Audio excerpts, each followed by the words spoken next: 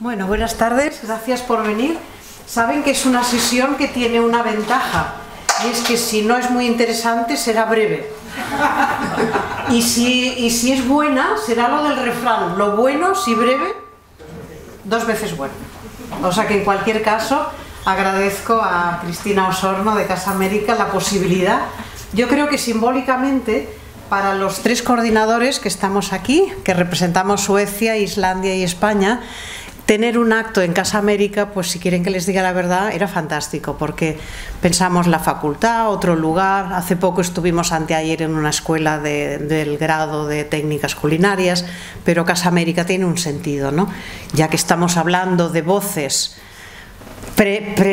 precoloniales, o sea, indígenas, expandidas y que han permeado en todas las lenguas de cultura del mundo, y es de hecho un honor a ese tipo de fenómeno cultural, pues era lógico que estuviéramos aquí. Tengo que ser breve porque ya sabemos cómo distribuir el tiempo. Doy las gracias pues a Casa América para esta presencia que nos permiten tener, y creo que es adecuado porque ellos ya en 2 ocasiones han organizado unas jornadas gastronómicas, o sea que el tema, llamémosle de alimentación y de cocina, no les es extraño, sino que les cae bien, vamos. Y bueno, las próximas, se lo comento también para los que pueden ser asiduos aquí, las próximas se celebrarán del 21 al 25 de octubre, el título no se sabe, pero sí se sabe quién abrirá, que es Juan Villoro. Aquellos que le hayan conocido o leído, pues es una pieza segura, porque quiero decir que habla Juan Villoro y todo el mundo queda embobado. O sea que yo les animo de paso a los que vivan aquí a compartir. ¿El sonido va bien? Sí. No hace falta que yo me lance a gritar más, ¿no? Vale. Bueno, voy a empezar. Sé que tengo que estar, como quien dice, si puedo 10 minutos mejor, pero voy a empezar con una referencia al premio reciente Miguel de Cervantes al mexicano Fernando del Paso, nacido en el año 35, porque su obra Noticias del Imperio, que creo que tardó 10 años en redactar, cosa que después de ahora que la he leído lo entiendo y me extraña que no sean 15, solo sean 10, la he leído con gusto porque no sé si saben esa historia, pero es un heredero de la corona de Habsburgo, llevado a México como emperador, con una esposa europea, también princesa, y esa gente cae por México entre los años 1860, bueno, duran 4 o 5 años hasta que el Habsburgo muere a manos de mexicanos. La razón es que México tenía una deuda externa horrorosa, parece que se solucionaba antes, diferente de ahora. Se pensó que un modo de solucionar esa deuda que tenía contraída México era instaurar un imperio de tipo europeo, y la corte más adecuada eran los austrohúngaros de Viena. Bueno, eso no tiene para ustedes hoy en día ningún interés. La novela es fantástica, pero la gastronomía tiene ahí un papel fantástico, porque es una gastronomía combinada entre Francia, con su prestigio, comida germánica o sobre todo vienesa, húngara, porque el cocinero de este hombre que se lleva a México es húngaro y que muere con él en la batalla. Y yo les voy solo, porque así es un principio para mí que me quita los nervios, les voy a leer un trocito mínimo. Yo soy mamá Carlota. Carlota era la emperatriz. Ellos, los mexicanos, dijeron que a la tía de Europa la iban a llamar mamá Carlota. Ellos, los mexicanos, me hicieron su madre y yo los hice mis hijos. Yo soy mamá Carlota, madre de todos los indios y todos los mestizos.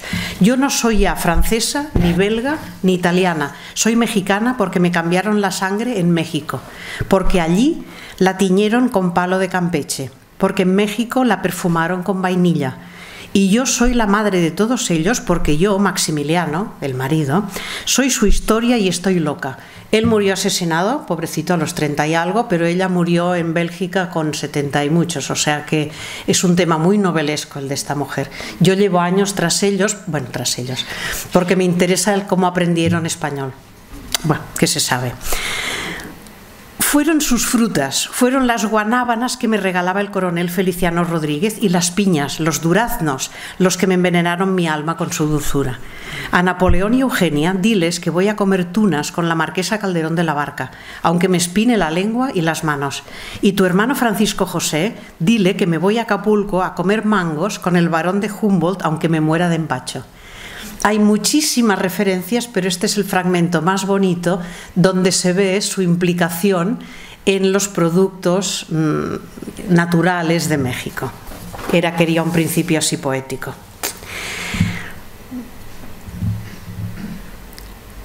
Estamos en el 16. Aquí está presente, bueno, aparte de otros compañeros que nos acompañan, pero quiero destacar, está el profesor Antonio Torres de nuestro departamento. Con él y con otros compañeros, está también la doctora Formen, en el año 99, o sea que he calculado que son 17 años, Antonio, estuvimos sentaditos aquí junto con otros especialistas hablando ya de indigenismos. En ese momento, pues nuestros alumnos venían, digamos obligados, dicho así, tenían una certificación, puntuaban, entiéndanme, era otro plan, pero tuvimos 2 jornadas con mucha gente, con profesores expertos y bueno, son 17 años. Lo digo porque el tema que ha trabajado Antonio y trabajó para su tesis doctoral es exactamente el proceso quizá contrario al que nosotros como equipo vamos a analizar.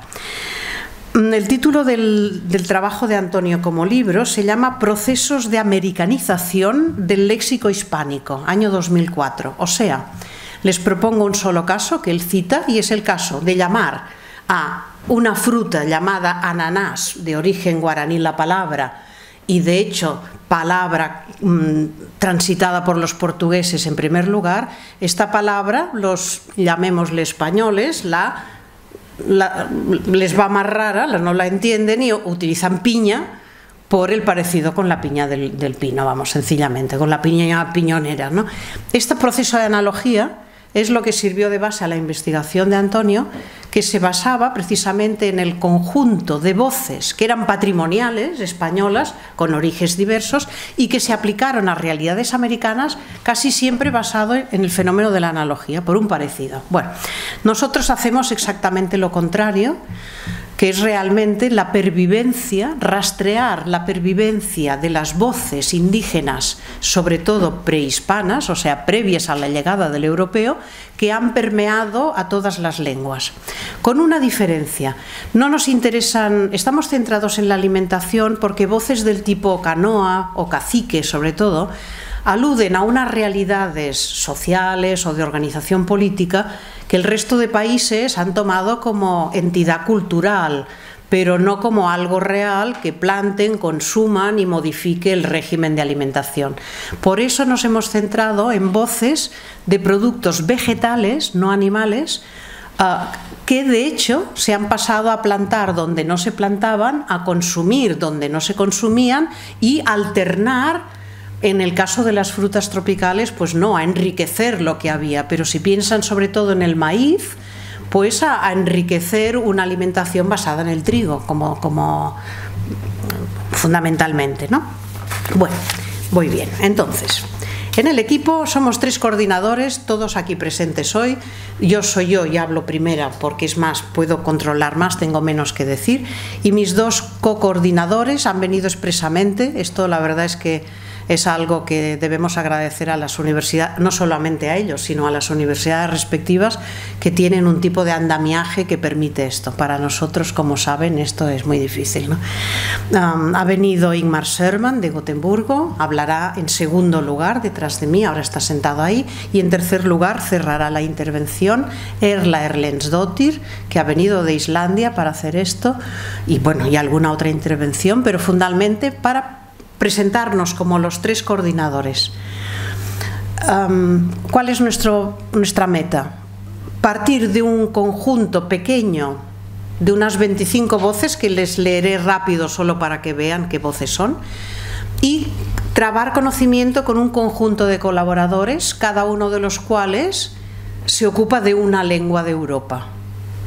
En la sala, si no me confundo y no dejo a nadie, creo que la profesora Elena Losada, de la Universidad de Barcelona, es responsable del portugués, aunque reconozcamos que el portugués tiene unos rasgos muy diferentes porque su zona de llegada y de colonización actúa, ¿entienden?, sobre el tupi guaraní y por lo tanto, de hecho, ni la influencia de las voces quechuas, quizás guaraní sí, pero las del Caribe y el náhuatl es muy diferente, o sea, ya es un mundo en sí mismo.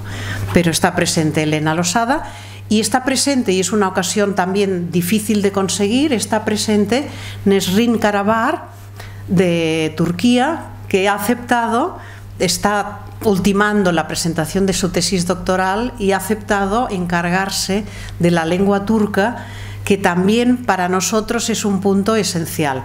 Ya ven que la consideramos lengua europea. El otro día salimos ella y yo y nos reíamos, bueno, nos reíamos, estuvimos hablando del tema de los visados europeos, ¿no? De la exención de la obligación de preparar el visado, tal.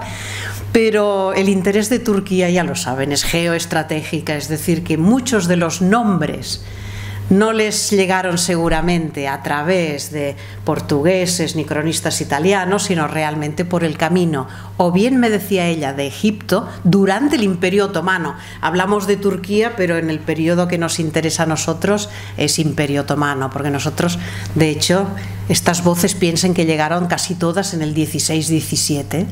O sea que para el Imperio Otomano, me decía Nesrin, ¿verdad?, que entraban muchas veces por Egipto, o sea, por la parte nordeste de África, y muchas en parte también por la ruta de la seda, que ya sabemos pues que además de traer sedas y otros materiales preciosos de Oriente, por el camino, naturalmente, pasan por un territorio de holandés, digamos, de colonia holandesa, de colonia portuguesa, y entran muchos productos. Bien, bien. Las palabras, se las leo. Aguacate, batata, cacao, chile, chirimoya, chocolate, coca, cocaína, pero coca, enchilada, guacamole. Ya ven que aquí, bueno, tenemos una concesión a comida preparada, digamos, no a producto, ¿eh? Guacamole, guayaba, jalapeño, maíz, mate, papa, papaya, quinoa, tequila, tomate. Estos nombres que proceden de Erla, bueno, proceden de Erla. Erla preparó una selección, las hemos ofrecido a los 20 colaboradores para que elijan 3 o 4 para estudiar.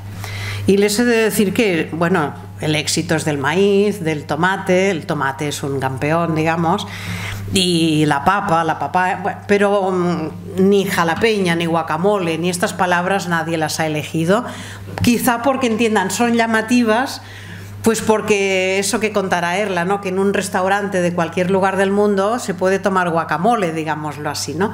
Pero de hecho nosotros vamos a algo más profundo, que es un poco más antropológico. ¿Qué le pedimos a cada colaborador?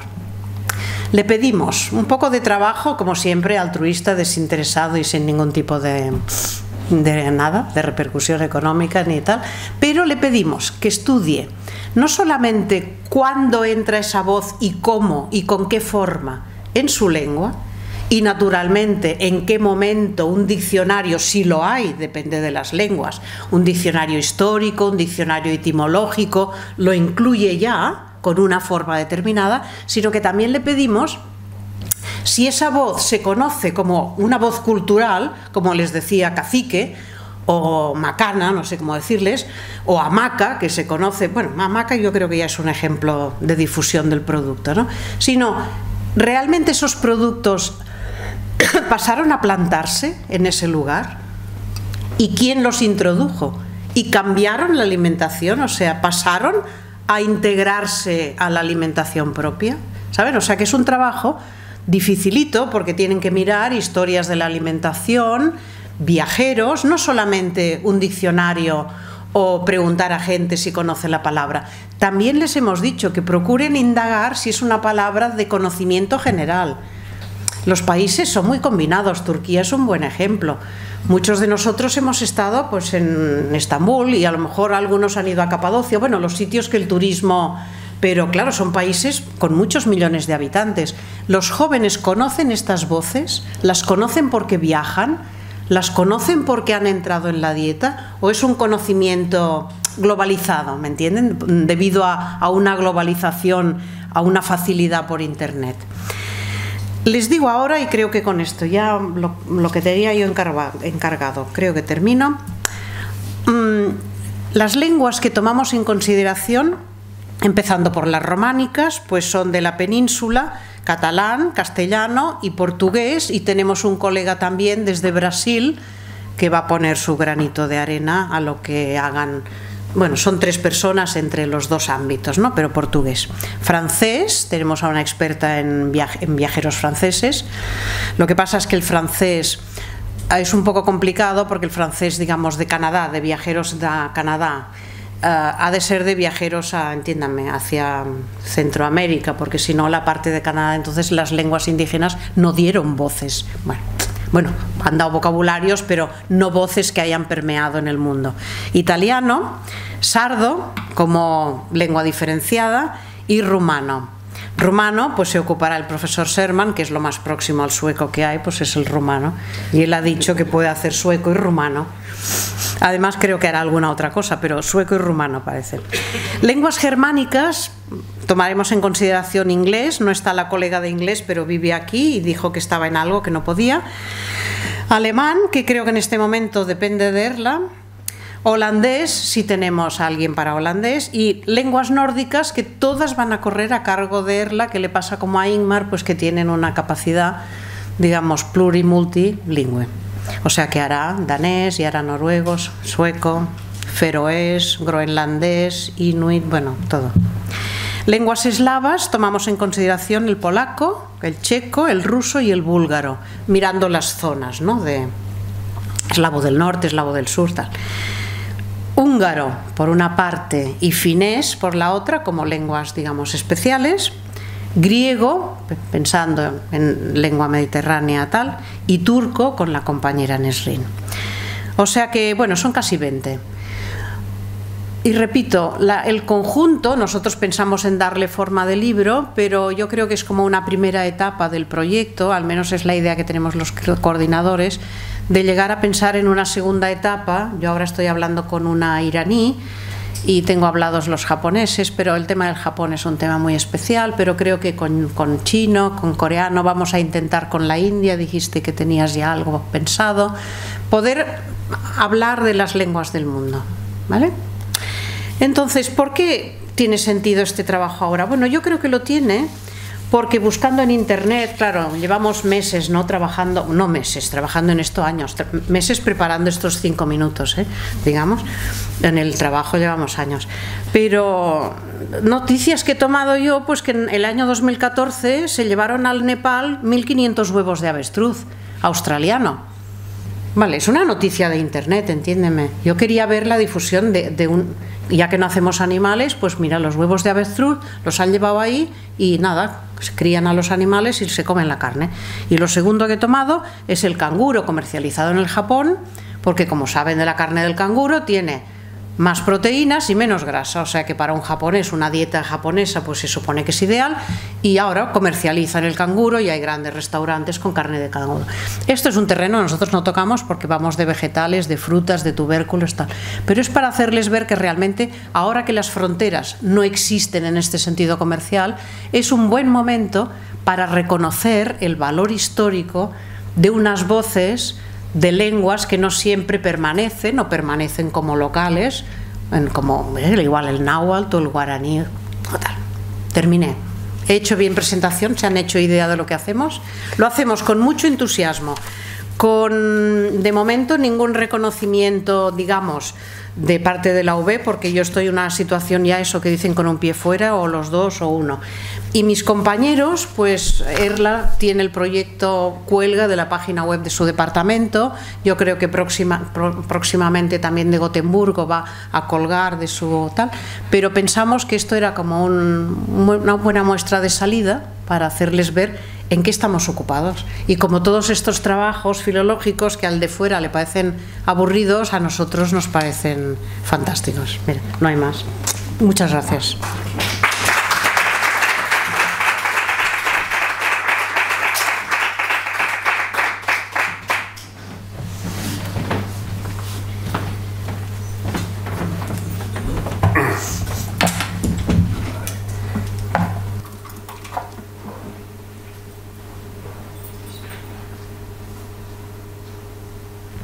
Suspense.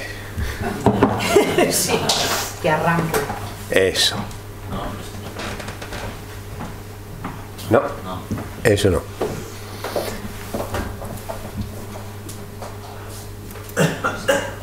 a la derecha. Eso. Es que yo había puesto proyecto y él había puesto Barcelona primero, ya. Muy bien. Muchas gracias por la invitación y la profesora Martinelli ha explicado el trasfondo de todo eso y ya pueden ver aquí los tres coordinadores que estamos aquí y entonces vamos a ver y qué pasa.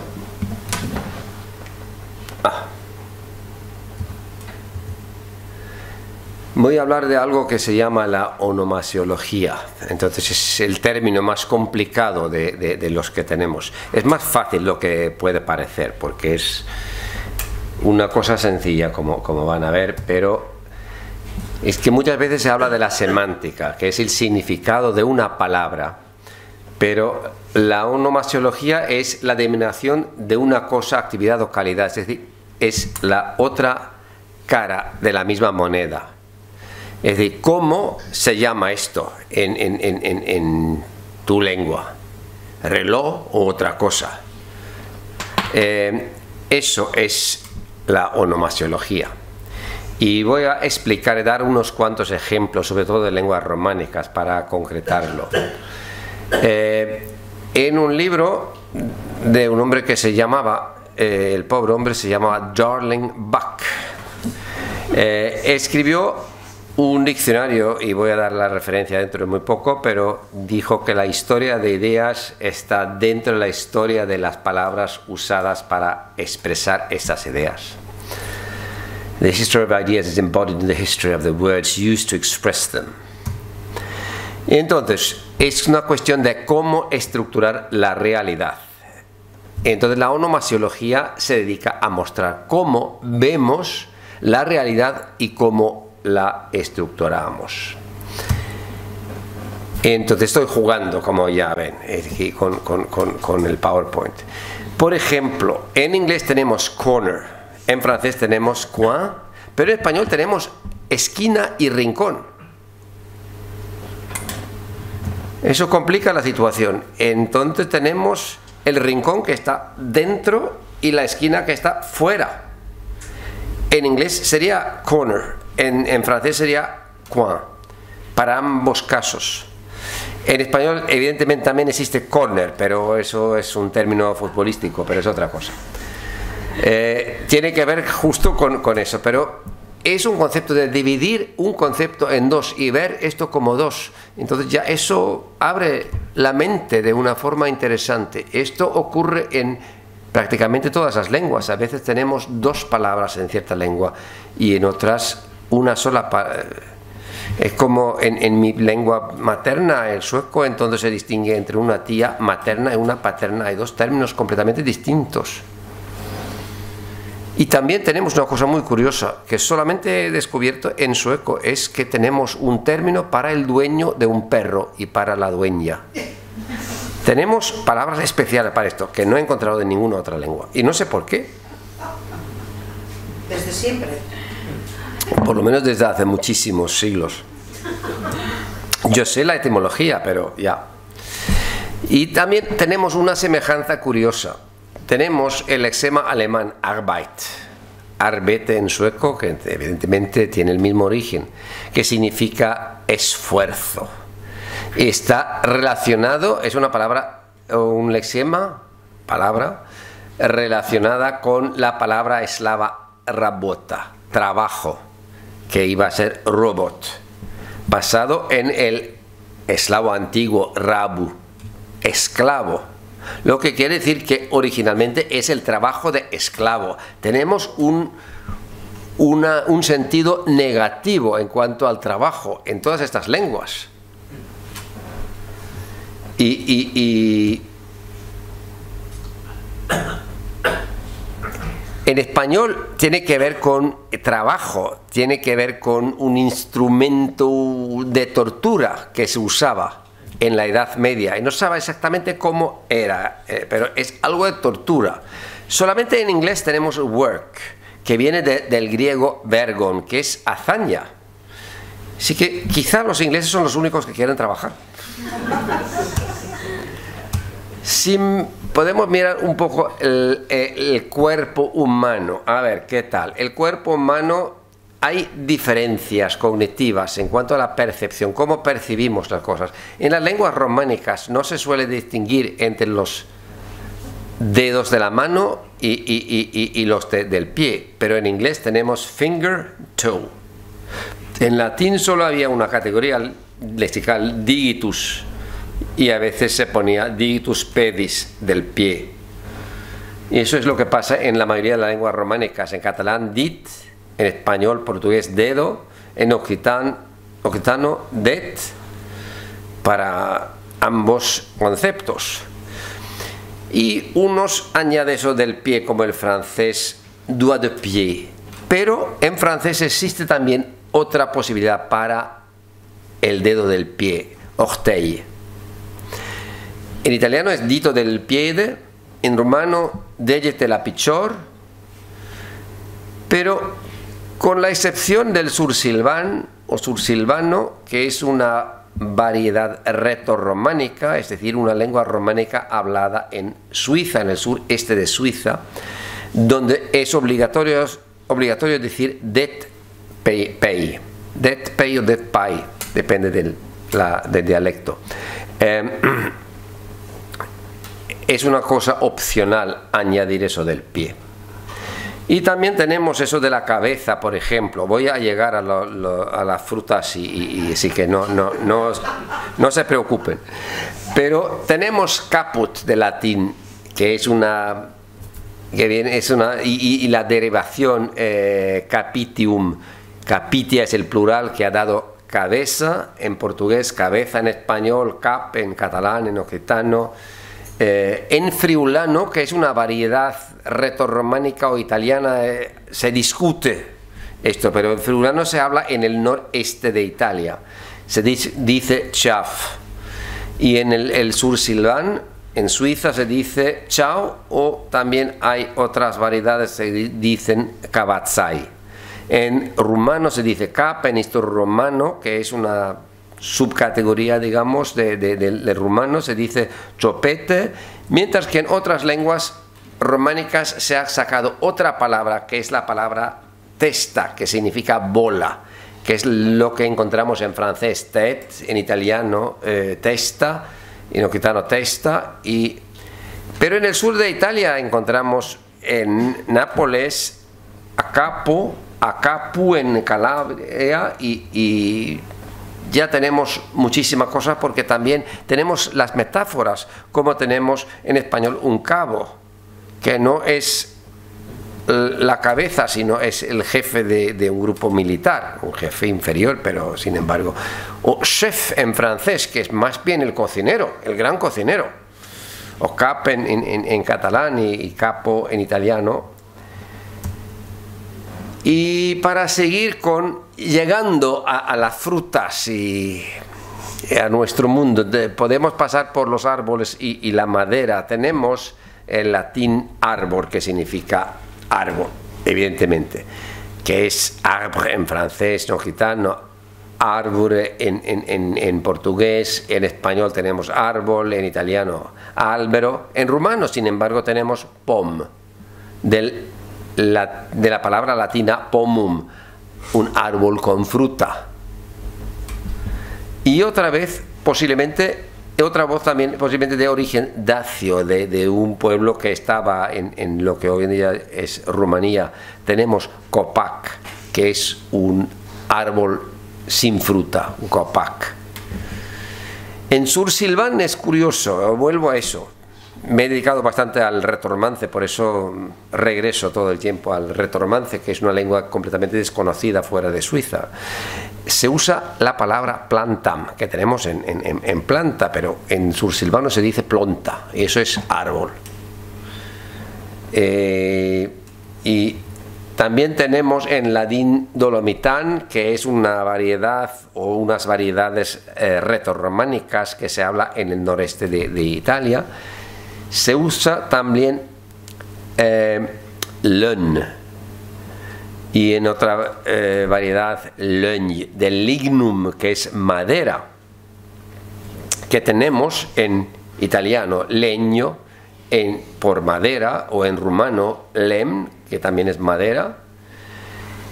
Y hay otras lenguas como el español que han optado por materiam, que en realidad significa una materia. Entonces, por eso tenemos madera o madeira en portugués. Es un uso metafórico del material en sí. Y ya estamos llegando al inglés, francés y sueco. Por ejemplo, sacamos una palabra como melón, que en francés, inglés, sueco es una fruta, con las variedades, por ejemplo, melón o gala melon y watermelon en inglés. Pero en español tenemos melón y sandía, dos palabras completamente distintas. Y entonces la cuestión es si se percibe estas dos cosas como dos frutas muy distintas, mientras que en las lenguas germánicas todos son melones y después hay subcategorías. Pero en Murcia se dice melón de agua por sandía. Y en francés tenemos melón y pastèque, o melón d'eau, o es agua, por si acaso. En occitano se dice melón o melón d'aigua o pasteca. En portugués tenemos melão, melancia o meloeiro, sandía. En gallego tenemos melón o meloeiro y sandía, por influencia española, posiblemente. Y en catalán meló o síndria o meló d'aigua. Y entramos en el italiano, que es un campo muy especial. Italia no parece ser un país muy grande en comparación con el mundo donde se habla español, pero la variación dialectal de italiano es impresionante, por decirlo así. Tenemos melone di pane, melone giallo.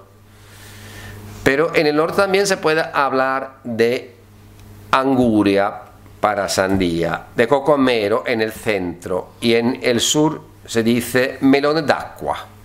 No sé por qué d'acqua no ha salido en rojo, es error mío. Pero en Liguria se puede decir pasteca. En el este de Sicilia se dice cocomero, que es pepino, en italiano normal. Entonces cetriolo, y en sandía, entonces Sicilia es cocomero, es un pepino, y sandía es popone. Así que no hay reglas. La vida es difícil. En rumano tenemos pepene para los dos conceptos, pero se suele usar el adjetivo que da el color de la fruta o de esto. Se habla de pepene galben, melón amarillo, o pepene verde, melón verde. Y es el adjetivo que distingue entre las dos variedades de pepeni. Ya. Y entonces ya podemos ver, para tomar otros ejemplos, como en español tenemos pez y pescado, para lo que los ingleses dicen fish. Da igual si está vivo o muerto. En francés tenemos poisson, en italiano pêche. En inglés muchas veces se ha tomado una palabra francesa para la comida, como calf, que es ternero, y veal, que es la carne del ternero que se sirve, porque es una herencia del francés que entró con la conquista francesa en el siglo XI. Y ya vamos al tomate, y voy a terminar, creo, con el tomate. Tenemos la palabra náhuatl, que es tomate, y en español no se puede terminar una palabra con tl. No funciona, eso va en contra de las reglas. Y hace falta buscar otra cosa, y en español cayó la L y se pone tomate. En catalán tenemos tomaca, tomaquet o tomate, también en francés tomate, en occitano tomate. Pero en italiano se dice pomodoro, que es una manzana de oro por el color. Pomodoro. Y también hay otra explicación posible, pomo d'amore, manzana de amor. En francés existe también pomme d'amour, en alemán Liebesapfel. Perdón. En rumano, sin embargo, se ha usado la palabra muy concreta, roșie, que viene de ruso, que no tiene nada que ver con Rusia, sino con el color rojo, o roseos en latín. Y eso es la palabra que se usa, y se ha evitado eso de tomatl.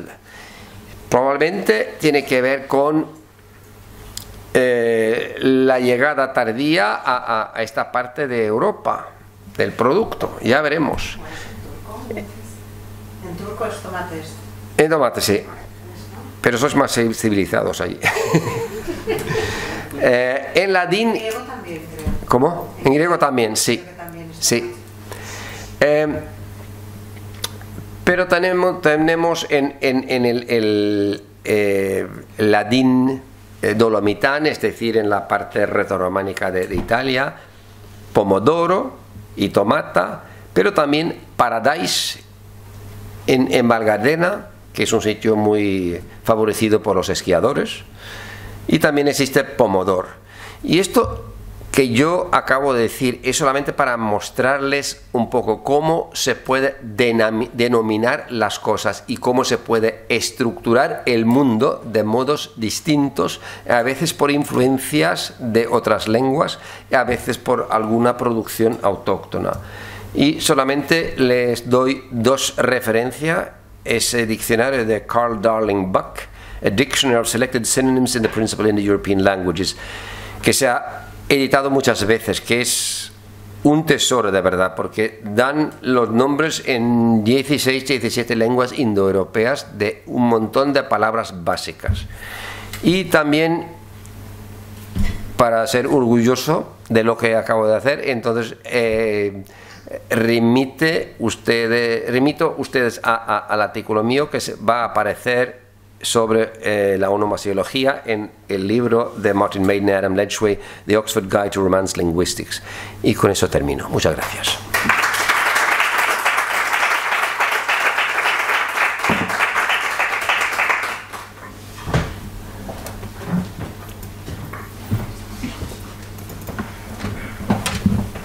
Ya, esto no estoy.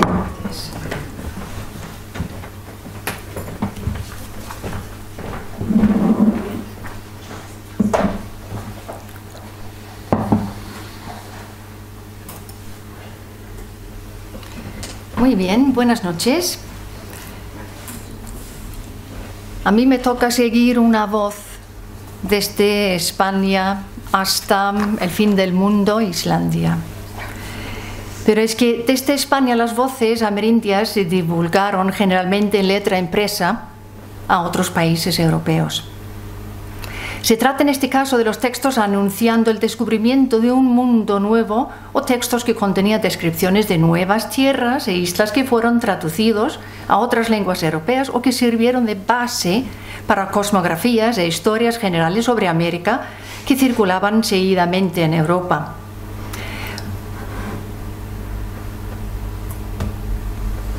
No cabe duda de que el español ha contribuido al enriquecimiento del léxico de muchas lenguas de cultura al servir de vehículo de difusión de voces procedentes de las distintas lenguas amerindias, el taíno, el náhuatl, el maya, el quechua y otras.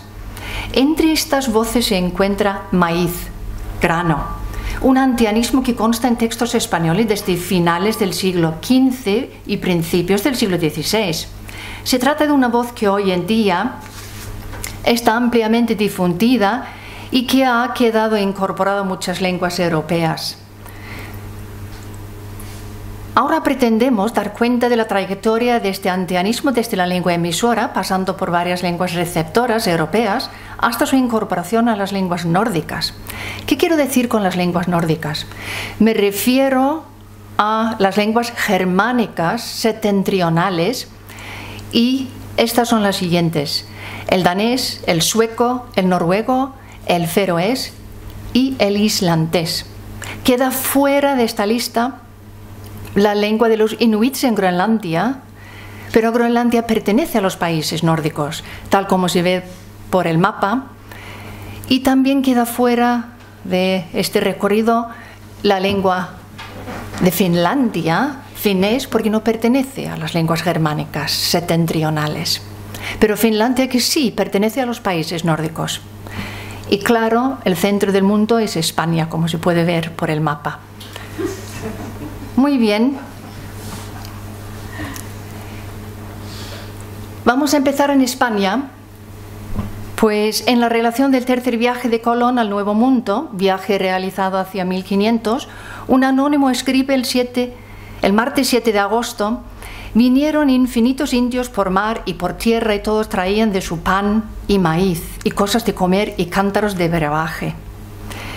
Colón también menciona esta voz en su diario de navegación del tercer viaje y en la pantalla aparece un trocito de su texto. Hicieron traer pan y vino, blanco y tinto, mas no de uvas. Debe él de ser de diversas maneras, uno de una fruta y otro de otra, y asimismo debe de ser de ello de maíz, que es una simiente que hace una espiga como una mazorca, de que lleve yo allá, y haya mucho en Castilla. Esto alrededor de 1500. Hemos aquí los primeros registros de la voz maíz, con el valor de grano, en un texto español. El término lo recogen otros cronistas de la época. Tenemos a Pedro Mártir de Anglería.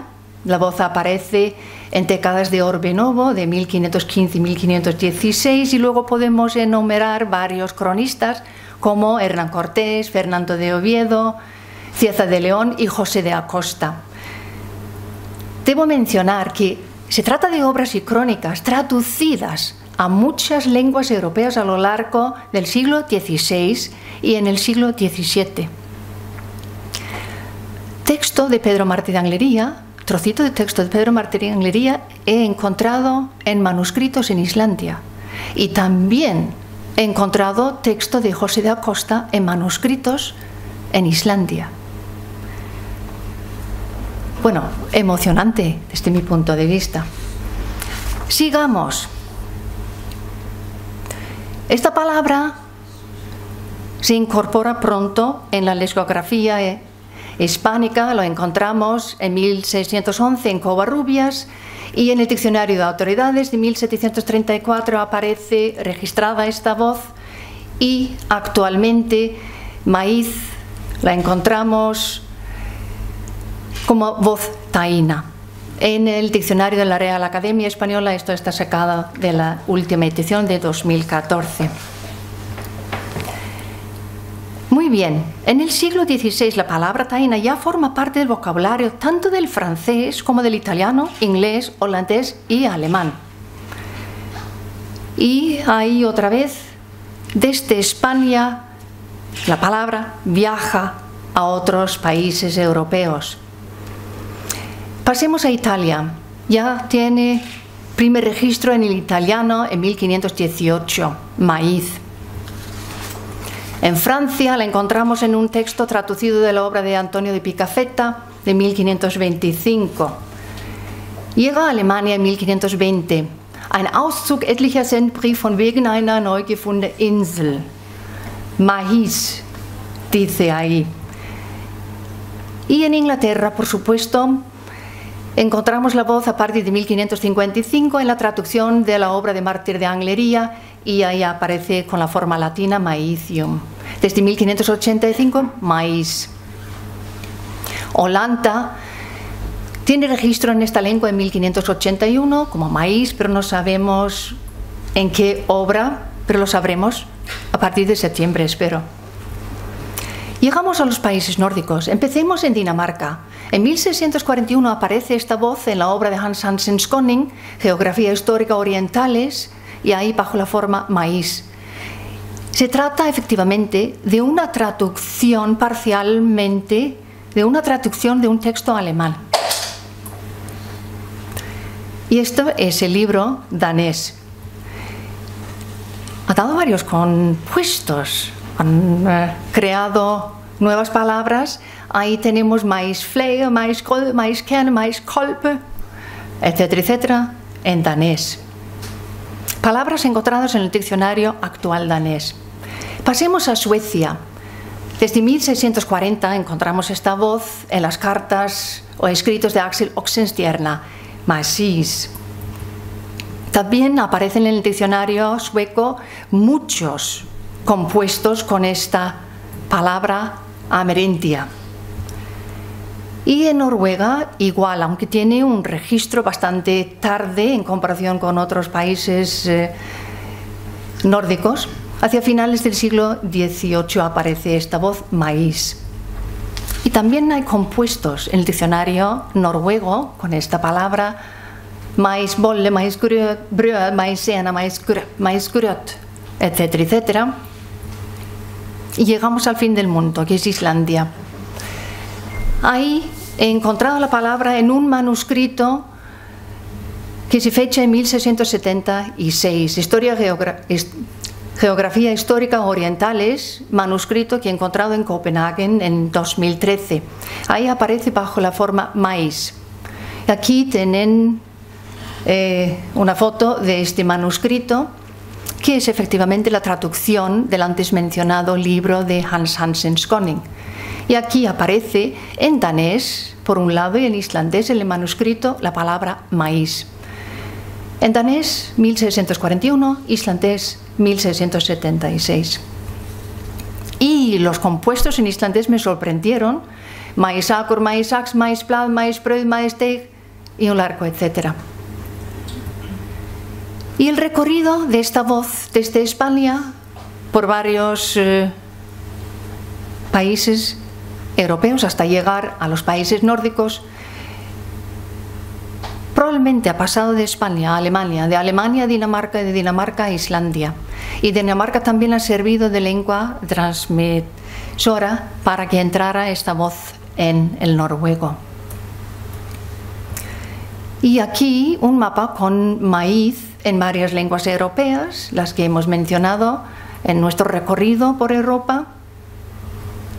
Y al ir al supermercado, en los países nórdicos encontramos latas, en danés es mais, en sueco es maiskorn, en noruego es maiskorn y en islandés es maiskorn. Esto quiere decir que la palabra no ha cambiado formalmente y tampoco ha cambiado el significado de esta palabra. Quiero terminar. Hace muchos años, con Elena Losada, estuvimos en un congreso y ella hablaba de portugués como lengua transmisora, pero en ese momento creo que hablaba de lenguas malayas, y el público, que era británico, porque eran los hispanistas británicos, creo que ella tuvo una pregunta de alguien del público que dijo: pero bueno, los religiosos o los soldados o los colonos que oyeron estas voces, ¿cómo pudieron oírlas bien? Entiéndanme, sabiendo que era gente que no necesariamente sabía ni de qué lengua se hablaba.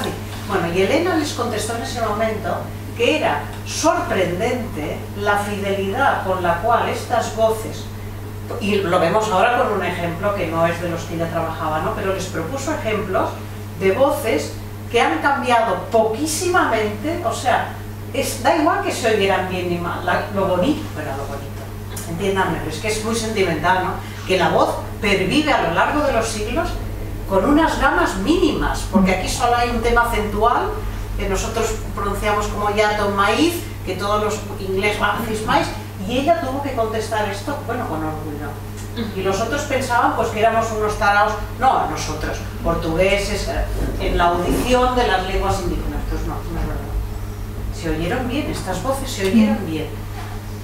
Y el tomate, el ejemplo que ha puesto, pues claro, salvo ese final que no estábamos preparados para esa pronunciación, pero el maíz creo que es un caso fantástico. Y tomate en islandés es tomatur. Y luego hay que declinarlo, por supuesto, plural, singular y nominativo, acusativo, dativo y genitivo. Esto es otro tema para otro día. Voy a pasar rápidamente por Islandia. Aquí tenemos un menú de un restaurante en el centro de Reykjavik, la capital de Islandia, y si miran bien, creo que se ve bastante bien. Ahí aparece salsa Sousa. Salsa es una palabra que conocemos todos, que sabemos español. Y maíz polenta. Mango salsa. Utilizan salsa en lugar de Sousa, que es salsa. Pasemos a Dinamarca, hacemos lo mismo. Un menú de un restaurante en Copenhague, la capital de Dinamarca. Ahí aparece ceviche, habanero, tomate, gazpacho, maíz, maízbrød, pan de maíz, jalapeño y chocolate, que es chocolate. Y para terminar, quiero escaparme rápidamente a América, un territorio que pertenece a Dinamarca, que pertenece a los países nórdicos. Estamos en Groenlandia. Ahí son bilingües, hablan danés por un lado y la lengua de los inuits por el otro, que no tiene nada que ver con las lenguas nórdicas. Pero esta voz ha pasado a través del danés a la lengua de los inuits y se dice maisi, lo cual quiere decir que la forma se reconoce. Y en Finlandia lo mismo, maisi. Y con ello terminamos nuestro recorrido. Gracias por su atención. Esto viene del manuscrito antes mencionado islandés, ahí la palabra maíz. Muchas gracias.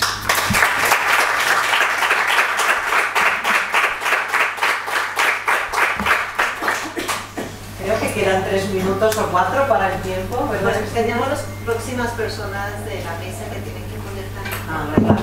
pero si quieren despedir minutos. No, despedir, bueno, ya nos han oído a los 3, pues llevamos yo creo que con esto pues un par de años, hemos mantenido reuniones, mantenemos el contacto con los colaboradores, ahora esperamos de ellos las aportaciones, no son iguales las aportaciones según de la lengua de la que se venga, pero creemos que es un tipo de trabajo que es, como les diría yo, de historia cultural, seguro, en parte antropológico, en parte tiene que ver con la gastronomía y en la base está, bueno, el conocimiento brutal, con perdón, de mis compañeros lingüísticos, que ya lo han visto, que es avasallador, y el mío, que es normalísimo, pero tengo empuje que lo suple, y entonces yo creo que llegaremos a buen puerto y vamos a expandir el número de lenguas. Y muchísimas gracias por habernos acompañado y a Casa América por cedernos el sitio para hacer la presentación. Gracias a todos por haber venido.